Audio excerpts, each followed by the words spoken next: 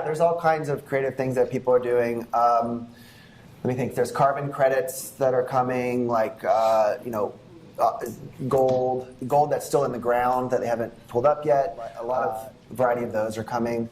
I'm trying to think of some of the really creative ones.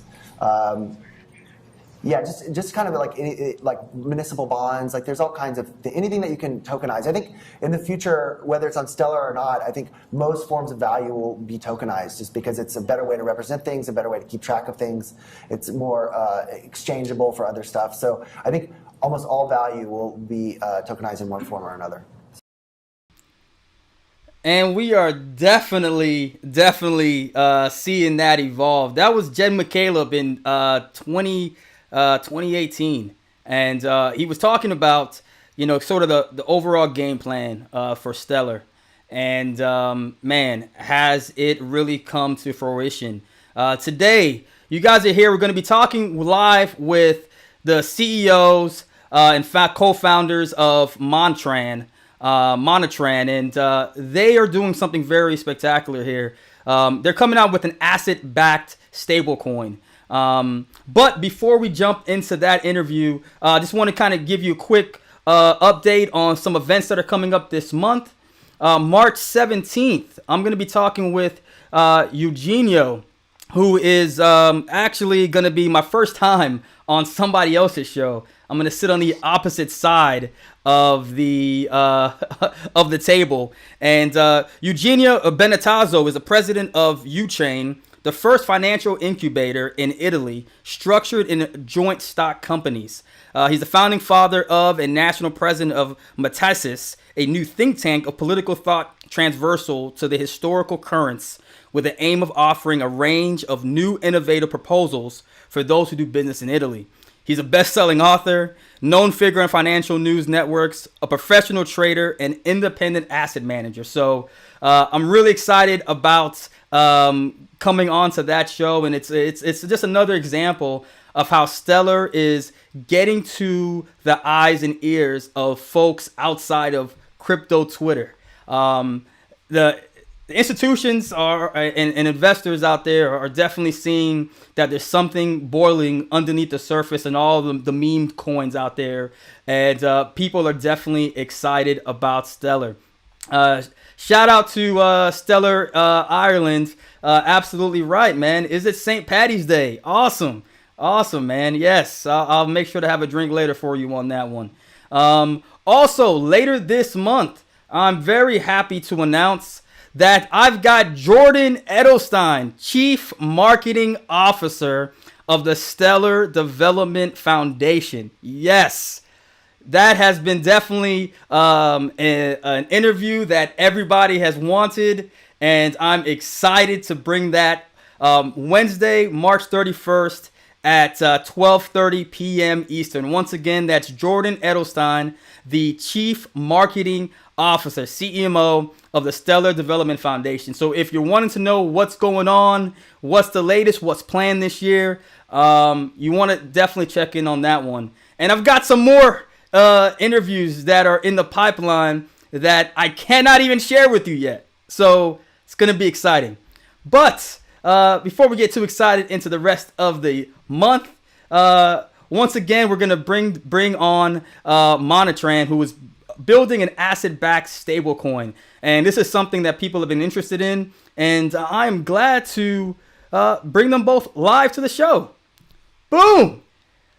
Good morning, Donnie. You have this. Don Belak is the CEO of Monetran. Donnie is Monetran's Chief Systems Engineer.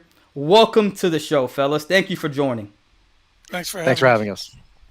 So why don't we start off a little bit, guys? Why don't you share a little bit? Let's start off with you, Don, and a little bit of your background prior to launching this exciting company you have.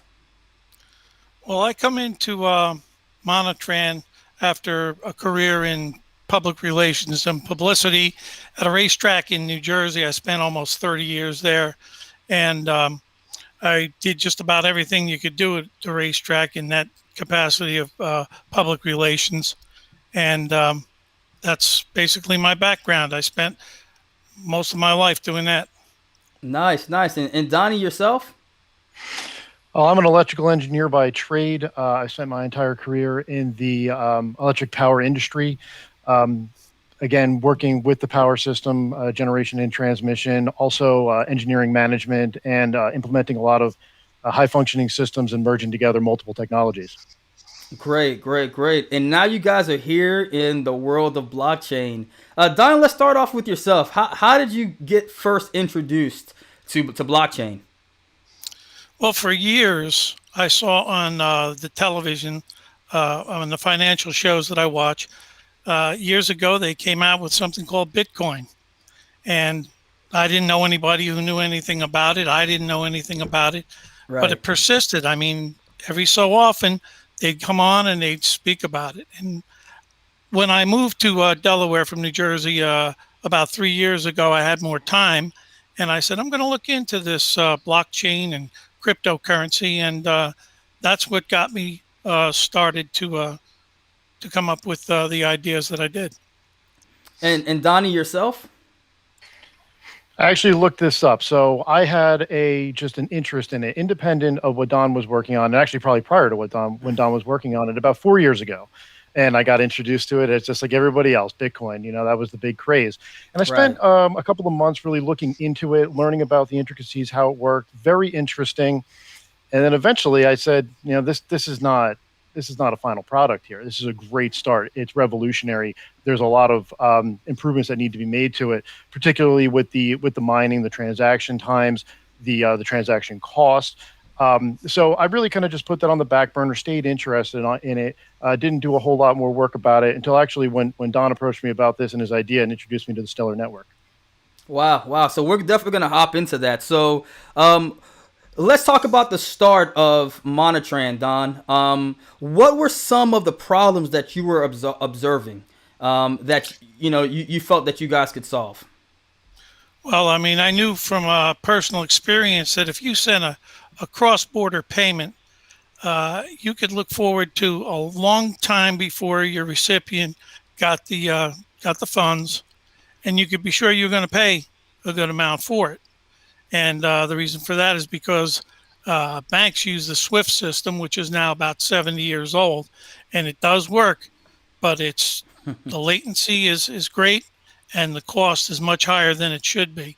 And then when I looked into blockchain, starting with Bitcoin and the various other cryptocurrencies, I realized that that is potentially where the answer could lie to latency and expense. And that's what led me to this. Wow. So how would you describe Monetran? Well, Monetran is basically a payment system. We've devised it for that. Uh, right now, we have an MVP, which I'm sure we'll talk about a little bit later, but it enables domestic payments between users, and we can also redeem them and sell them right from the company directly. Um, and This is the backbone of what we're building is our token and our system, which will be expanded later, hopefully later in the third or fourth quarter of this year to include cross-border payments and remittances. Wow, wow, wow, wow, wow. Um, and so, we'll kind of get an idea of the long-term vision. But I want to kind of move ahead. It was stated in one of your releases that Monetran is a two-part project. And so I read that and I was curious. How would you describe that?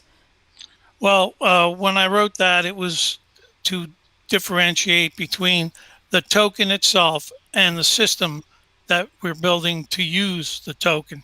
The token in its own right, because of the way that we've designed it, is a product in and of itself, and without even expanding a method of using it, it's a valuable commodity in itself and could be used by just about anybody as value.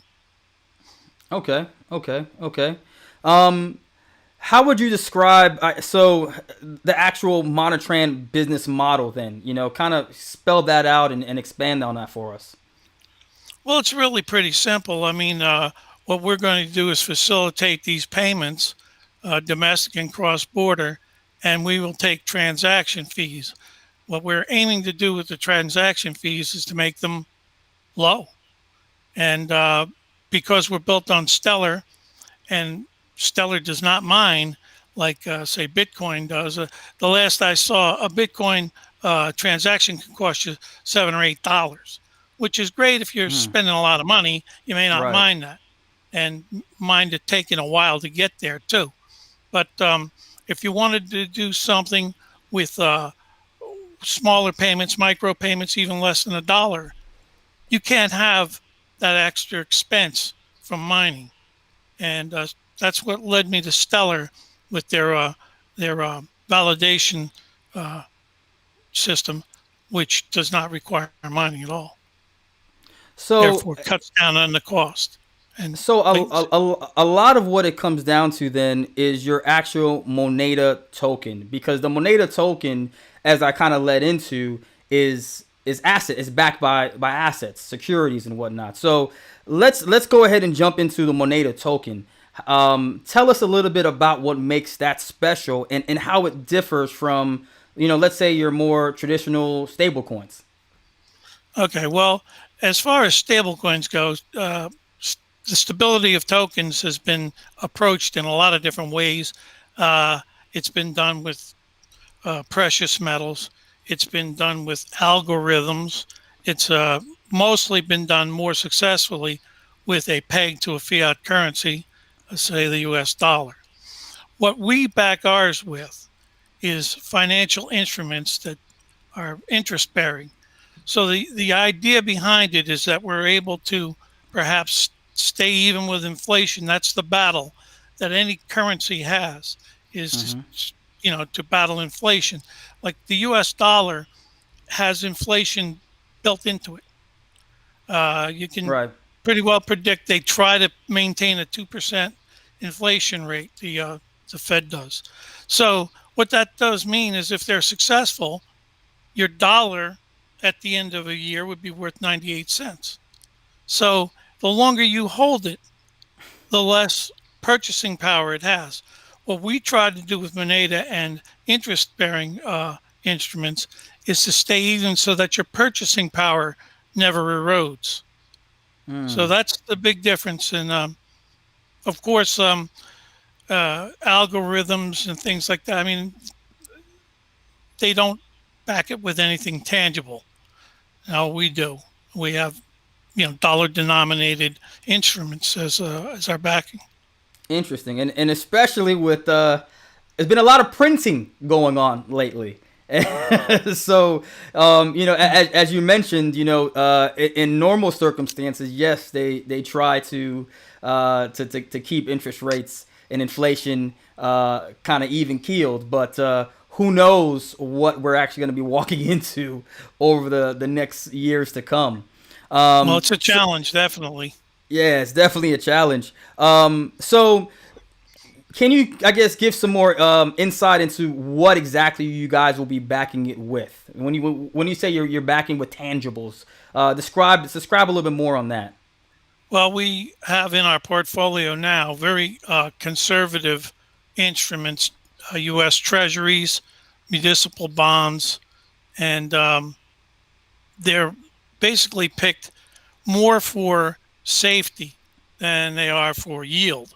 I mean, we take a low yield, but we demand a great degree of safety, and that can be different, than other companies, or even like those that are backed by fiat. So what is the process, I guess, of investing investing funds into these various assets? How does that flow work? Well, every token has to be accounted for that's been either promised or bought, and whether or not they've even been distributed to the customer, they have to be accounted for, and we back them with that amount of money, which moves from, we have two accounts. We have a business account and an asset or investment account with Fidelity. And the money moves from the business account always to to Fidelity to make sure that there's right now 25 cents per token backing the currency. Okay. Okay. So you mentioned Fidelity. So that's one of your financial partners. Do you guys have other financial partners that you work with? Excuse me. Didn't think of this. It's live, right? Right. Yeah. So yeah, you mentioned Fidelity, one of your financial partners that you guys have an account with. Do you guys have other financial partners as well? Well, our business account is with a regional bank called Fulton Bank. They were founded in 1882, and that makes them one of the oldest continuously operating banks in the country. Over Okay. 140 years old now. Those are our two, basically the two accounts that we work with. Okay. Okay. And so being with those funds are secured, and they're insured essentially through both of those accounts. Right. The FDIC insures up to $250,000, and when we need another account, we will have another account under the umbrella of Monetran. We won't go above it. We'll always keep the accounts below the amount of the FDIC insurance. Okay, okay. So going back down to we talked about a little bit the differences from a Moneda token compared to your typical sovereign-backed stablecoin. How would you maybe Donnie talk a little bit about some of the unique use cases that the Moneda token would benefit more so than a sovereign-backed fiat stablecoin? Sure thing. I can think of a couple of use cases off the top of my head right now, actually. If you want to stay in the crypto realm right now, most cryptocurrencies are not stable by nature. They're not designed to be. Ours is, it's asset backed, it's designed to be stable. It can effectively be used as a parking lot. You want to move in and out of your cryptocurrencies, maybe try to buy the dips, sell the peaks, and you need to wait those out. You don't want to be holding, say, a Bitcoin overnight and it can lose 20%. That could throw off your whole investment strategy. You can move that into Moneda, and it's not going to move. It's going to be effectively the same tomorrow. So that's one use case that you can think of strictly within the crypto world. Another use case is a hedge against inflation. If you're in a country outside of the United States that has high interest rates, high inflation, you don't want to hold on to your fiat currency in that country. What you can do is you can transfer it into the through Monetran into the Moneda system, and hold it there. And then again, that would maintain its purchasing power. So when you're actually ready to use it, pull it back out, and then you can use it. And then it should have grown over time, especially with regards to your local fiat currency if you're experiencing high inflation rates. Another use case would actually be negative interest rates. There are countries out there right now that have the banks will charge you to hold your money. It's actually cheaper to stick it in your mattress, as they say. But nobody wants to do that. Everybody wants to have a security. So if you're in a country that has those negative interest rates and they charge you for that type of security, instead we would encourage moving to the Moneda system and maintaining the purchasing power by holding the currency in the Moneda token. Makes sense. And it's great once again to have a variety, because I know there are a lot of people out there that while you have your stable coins pegged to fiat, and you have your now emerging CBDC, central bank digital currencies. There are folks, especially in a lot of these countries that you're mentioning, that are still hesitant of being pegged solely to fiat. And so it's interesting that you guys do have this sort of option for folks to, like you said, to have something that's a vehicle, from what I'm understanding, and could help to beat against inflation. So that's great. So I mean, in talking about that, let's say you wanted to redeem, from the Monetrans infrastructure, the Moneda token, into a fiat currency. You guys charge a 1% redemption fee, which is similar to like what, let's say, Coinbase and I've seen others have as well. But I thought it was interesting that you guys have a structure and a plan, I guess, for how you utilize that fee. It's not just taken as profit. You mind expanding on that a little bit? Basically, that is how we make the profit for the stockholders. Or actually, we're not stock issuing company. We're an LLC. Our unit holders, which are, for all intents and purposes, stockholders. That's how we make the profit, is through transaction fees. When we sell, we take a nominal amount. It's like 0.1%. We want people to buy the token and to use it. It could be in circulation for, who knows? It could be in circulation for years, but eventually we will see them come back to redeem it, and that's when we will take a 1% transaction fee. Okay. And can you have some, I guess, some notes as far as how it compares to? Because I mentioned Coinbase. I know Coinbase has like a 1% redemption fee. How does that kind of compare to others? Do you have any, I guess, stats on that as well? No, not really. I'm not exactly sure how Coinbase works. I mean, it's a redemption fee, a redemption of their own tokens, or redemption of all tokens. Yeah, pretty much all tokens, I believe, is how they handle it, right? It's like if you want to go from your bank account, from the crypto world into fiat, they have I believe, like the 1% redemption fee as well. So, but let me go on to the token a little bit more. So the token that you guys have, is it tradable on the Stellar decentralized exchange? It is currently tradable on the SDEX. Okay. We do not, as Monetran, we do not facilitate that yet. That is part of our long-term vision and our long-term goal.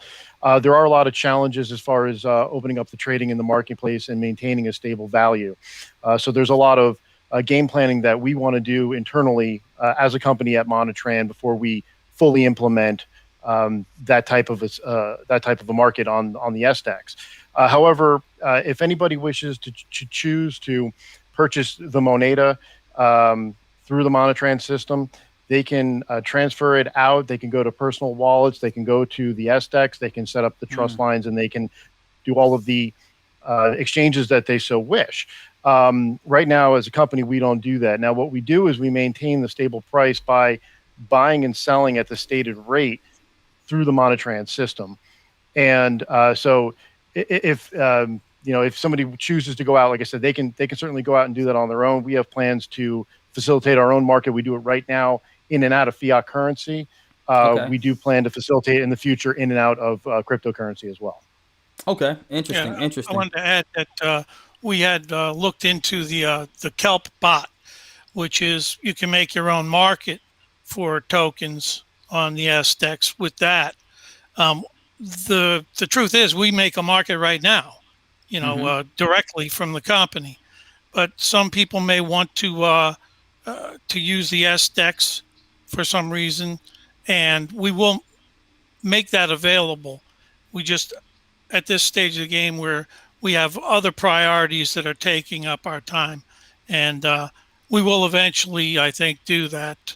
And it'll be something to look out for. I know that earlier last month I had Jason, the COO of Stellar, and they were talking about kind of some other solutions beyond that as well, like automatic market makers and things of that nature. So as those developments happen, I'll definitely share with you guys some more creative ways of utilizing the SDEX.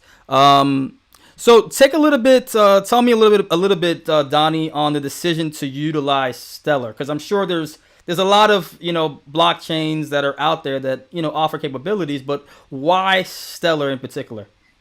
This is pretty interesting because the decision to go with Stellar was actually before I joined Monetran. I didn't join this from the beginning, but like I said, I'll go back to the original statement that I made here about how I got interested in Bitcoin, and I learned about the mining. Like I said, my background is electrical engineering in the power industry, and I could see the downside to just effectively converting fossil fuels to electricity to mine the backing for certain tokens. So Don had told me about this endeavor. And the first thing I said to him, I said, "You're not mining, are you?" And so he actually introduced me to the Stellar network itself. I said that's great. It was actually the first time I had heard about it. It was still relatively early on in the development. And I did a lot of digging in, and he was asking my opinion and asking some advisory from me. And so I started researching the Stellar network, and it's designed right from the ground up. I think it fixes a lot of the problems that probably were not foreseen originally when cryptocurrencies started to roll out. And of course, they had scalability issues from the onset, from the beginning. Whereas the Stellar network, it's really easy, it's really simple, it's really efficient. I think efficient is probably the key word here, because everybody equates that to well, how much is this going to cost me? Well, if you're efficient, then it's going to be usable for mass adoption. But I've played around with the Bitcoins, with the altcoins, a lot of different mining variants, and I can tell you the only system that I've had utmost certainty in its ability and its performance has been Stellar, to be able to move around currencies efficiently and effectively. Wow, yeah, and I hear that over and over and over again. Wanted to pivot a little bit, not completely off a topic, but you guys recently participated in an SEC regulated crowdfund offering. First of all, I mean, how was that overall process for you guys? Well, you have to look at your alternatives. And I knew we were going to need money, to get this project off the ground. It's labor intensive, and to keep the system up, you have monthly bills.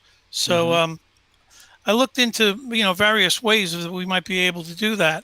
I had been warned about going the VC route, because too often you wind up giving away too much of your company and too much control of your company, and that's not what I wanted. And so when I came across the crowdfunding option, it seemed to fit pretty well with what my objectives were. It was relatively inexpensive to do, okay, and you wind up with a wide array of investors instead of one or two who may always have be at odds with the way you're running things. This was much better than that, and some of the challenges were that you had to produce a lot of paperwork. The SEC had forms that had to be filled out. We had to undergo background checks. I mean, they're pretty serious about it. Anybody who's handling someone else's money, they don't just allow you to do it. So we were able to, of course, that's good to know. That's good to know. Yeah, it is. So we were able to fulfill all of their requirements, and we actually had two offerings. We had one on Start Engine, which raised $107,000, and we just completed one with Net Capital that brought us $250,000. So congratulations! Congratulations! Thanks. We have a longer runway now than we did before we undertook the Net Capital offering. And so, I mean, I'm curious, especially with everything that's been going on, in the news with the SEC and whatnot. In this process, I mean, for them to go that detail, what do you think that says, not only about Monetran, but Stellar as a blockchain itself? Because I would assume they wanted to know what platform you were using. The Stellar organization is big on, all of the compliance requirements, licensing, and everything else, background checks, everything that the SEC, I'm sure, would require. They're pretty big on that. They don't just, well, first of all, they don't monitor who can use Stellar. Anyone can use it, but to become part of the ecosystem, they like to see companies that are doing things the right way. Good. That's awesome. Now, going on that, you had recently completed an MVP, which would operate on your app. Donnie, I mean, I was taking a look at it, and let me see. I could probably share this with everybody here.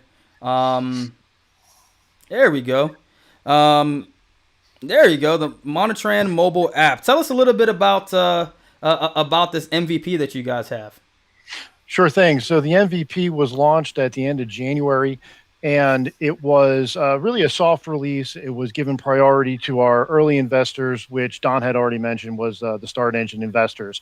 And by releasing this MVP, it was really just released in the U.S. market. Right now, the app is really designed for simplicity. And yes, It is a mobile app, but it's also web browser capable, so you can access it on a computer if you so desire as well. But the process is very simple, and you want to make this very simple if you want to have mass adoption for a large amount of users. So the Monetran app, if you were to go in, it's as simple as signing up with your email address. You get your verification emails. We do require Know Your Customer or KYC documents to maintain SEC compliance, and we comply with all of their anti-money laundering rules. And this is to have the foresight for mass adoption. I think a lot of cryptocurrency was developed almost in the background originally and did not have the SEC in mind, and now the SEC is trying to catch up. We find it a better business model for a long-term vision to comply with the SEC regulations from the onset. And once a user just uploads a couple of simple KYC documents, then they're in the system. They can purchase with fiat, they can redeem into fiat, and then once they have the Moneda tokens, they're on the Stellar network. This is completely integrated within the Stellar network. They can do peer-to-peer transfers. They can transfer it out of the application into a personal wallet if they wish, and then they can move it back into the personal wallet. The wallet within the Moneda system if they want to redeem it, because that's the only way in and out. You're going to go through the Moneda system, but like I said, once you've purchased those Moneda tokens, you're free to move them about on the Stellar network, and they're tracked on the blockchain, same as any other asset. Yeah. By the way, I mean, I thought this was, all the information that you guys put together was very, very informative. Kind of walking through how everything worked. I really appreciate it. And it's exciting what you guys have going up, and it's exciting to see it being really integrated into what Stellar is. As everyone saw when I started the show off, was just Jed talking about all the different possibilities that Stellar has and what it allows people to do. So to kind of wrap things up, what would you guys say is your first target market for Monetran and the Moneda token? Well, right out of the box here, we have an MVP, and I was thinking about this last night. MVP is, in our case, could be a little bit of a misnomer because it's not really a minimal viable product. It's a significantly viable product. And I mean, we will make a short jump from where we are now to onboarding merchants, for example, that will accept our tokens as payment. So that was something I thought I would mention. It's become the initials MVP for anything that's an early proof of concept or something, but this is actually a viable system. It's just that it's not where we're going to wind up. We're going to wind up with not only domestic payments, micro payments, mobile payments. We're going to wind up with cross-border payments to anywhere in the world, perhaps. And that's a long-term vision for us. Awesome. And so any I guess ballpoint of when we might hear that first announcement of a partnership? Any ballpark you guys can maybe spill on the show here? Well, it's kind of we're really kind of early in our development. I'm very grateful as you're giving us this chance to talk about the company, but I've been in discussions with a couple of outfits who have a variety of merchants that they service, and what I'm trying to do is to get them to accept our token, and we can be off to the races quick. We need one good alliance, and I think that that could make put us over the top. All right, all right, all right. Donnie, anything you can share about the roadmap for 2021? Yeah, sure thing. 2021 is going to be an exciting year, especially after we just finished up these crowdfunding campaigns. There's I would say a two-pronged approach as far as Monetran is concerned. One is building the Moneda asset token itself, and we'll be honest with you. Obviously, the way we've designed this, we find it to be far superior than any other stable token out there. So we're looking to get that used more in the crypto world and just more widely adopted.